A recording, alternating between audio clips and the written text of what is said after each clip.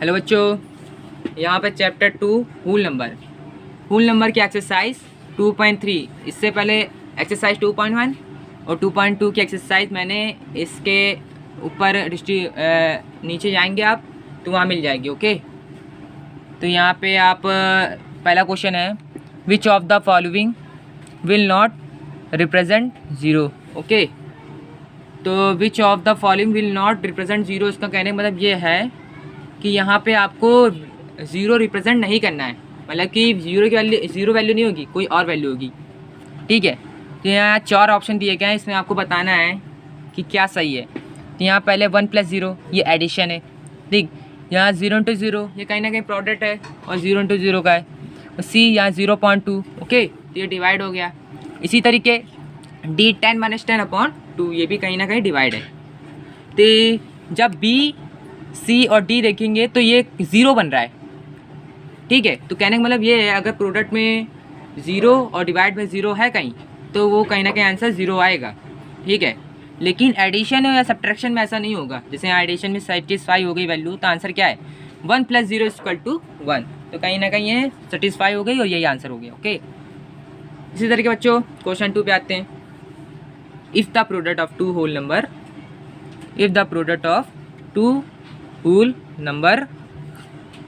Is 0, यदि दो product का होल नंबर 0 है। ठीक है, तो कैन वी से हम कह सकते हैं डैट वन और बोथ, एक या दोनों ऑफ दैम विल बी 0, तो एक या दोनों वैल्यू क्या होगी 0 होगी। तो ठीक है, तो क्या है justify through example. Okay, answer 2 बताया गया है।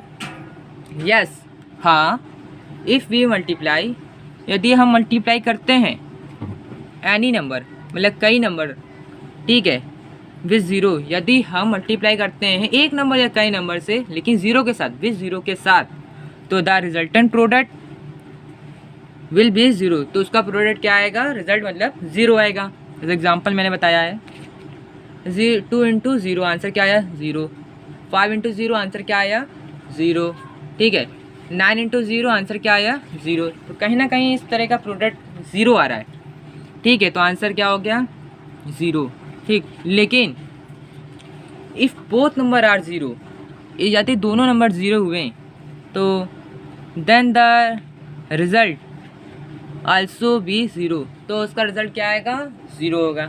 कहीं ना कहीं अगर दो नंबर 0 होंगे तो ऑफकोर्स 0 आएगा। जैसे यहाँ 0 × 0 आंसर क्या आया 0। ओके, चलिए ठीक है। इसी तरह हम आते हैं क्वेश्चन 3 पे। ओके, तो if the product of two whole number is 1, यदि दो प्रोडक्टों का होल नंबर 1 है तो कैन वी से हम कह सकते हैं डैट 1 और बोथ ऑफ, यदि एक और दोनों, देन विल बी 1, अगर 1 हुआ। ठीक, तो जस्टिफाई थ्रू एग्जाम्पल, तो उसके तरह एग्जाम्पल जस्टिफाई करिए। ठीक है, तो इसमें बताना है कि 1 हो सकता है, राइट, लेकिन मैंने आंसर 2 तरीके से यहाँ दिया है।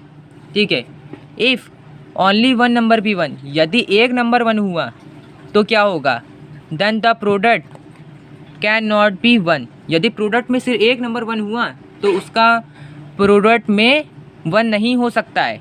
जैसे एग्जांपल में मैंने बताया 5 × 1, तो एक ही 1 है, बाकी वैल्यू और कुछ और है, तो आंसर क्या आया, अब कुछ और 4 आया, यहाँ 5 आया, यहाँ 4 × 1 यहाँ 4 आया, यहाँ 8 × 1 यहाँ 8 आया। इसी तरीके यहाँ पे कुछ भी वैल्यू लिख सकते हैं जिसका अगर एक जगह प्रोडक्ट 1 हो तो वो जस्टिफाई नहीं करेगा, वो करेगा कैन नॉट बी 1। ओके, लेकिन अगर यहाँ इफ़ बोथ नंबर आर 1, कहीं ना कहीं अगर दोनों नंबर 1 हुए, ठीक, तो देन द प्रोडक्ट इज़ 1, तो उसका प्रोडक्ट क्या आएगा 1। जैसे यहाँ दोनों वैल्यू क्या है 1 × 1 = 1। ओके, चलिए यहाँ पे जस्टिफाई हो गया एग्जाम्पल कि पहले में कैसा होगा दूसरे में कैसा होगा। ओके, ठीक है। अब यहाँ पे क्वेश्चन 4 आता है जिसमें आपको फाइंड यूजिंग डिस्ट्रीब्यूटिव प्रॉपर्टी।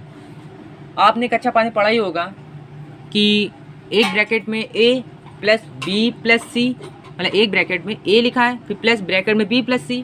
ठीक है, उसी जगह स्क्वायर टू करके लिखा होगा एक ब्रैकेट में a + b और प्लस सी।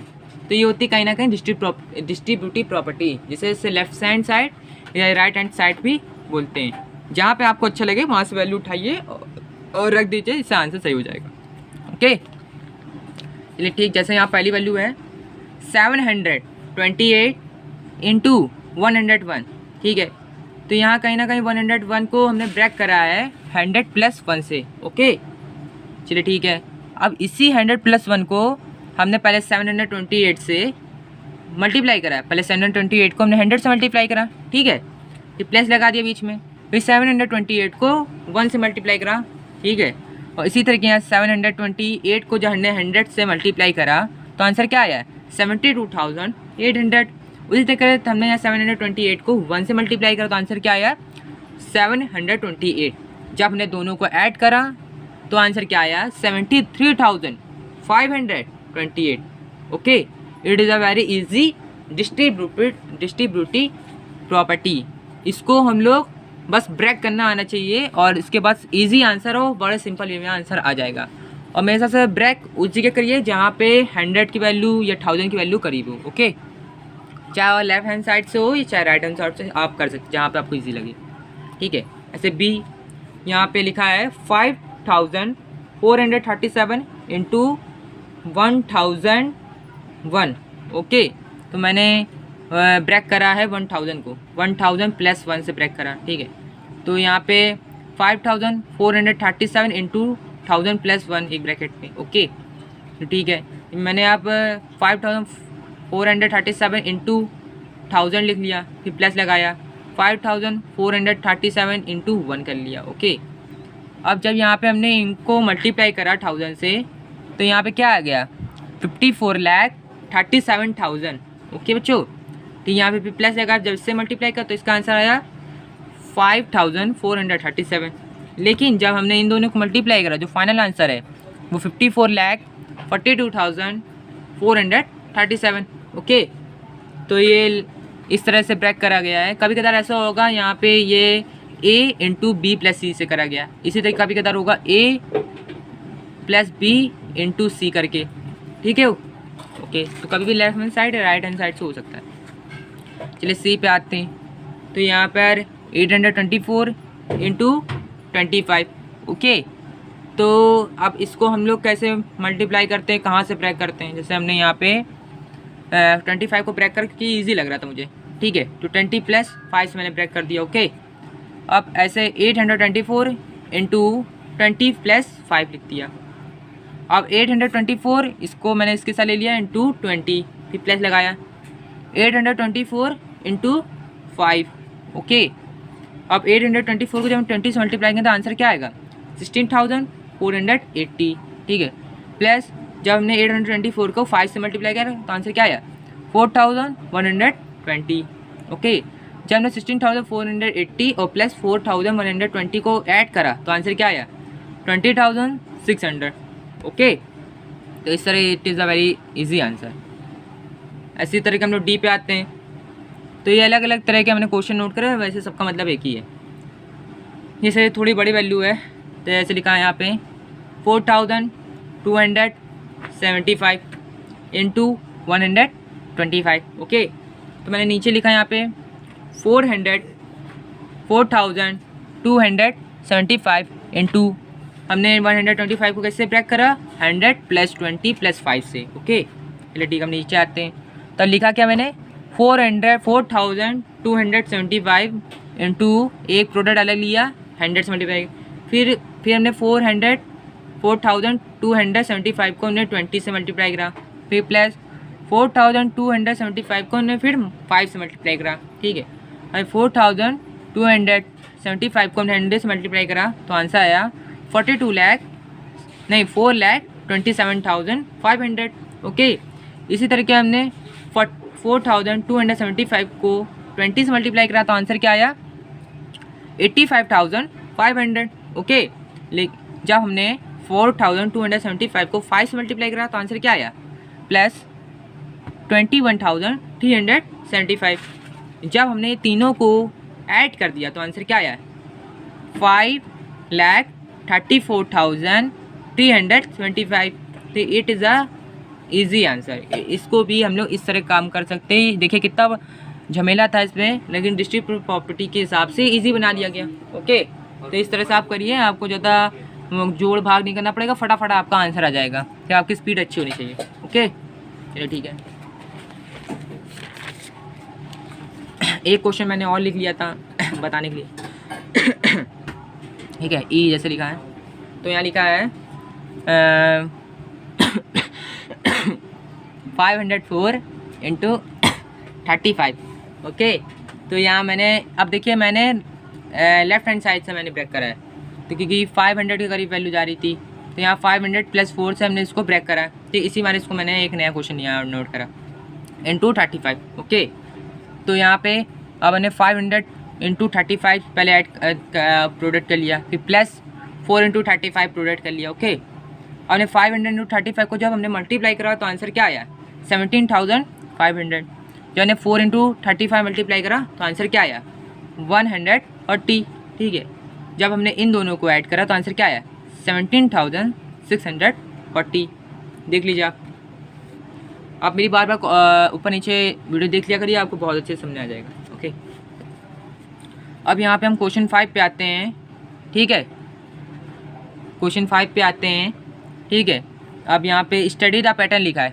ओके, तो यहाँ पे 1 इंटू 8 + 1 बता रहा है 9, तो कहीं ना कहीं पैटर्न बता रहा है यहाँ पे 9।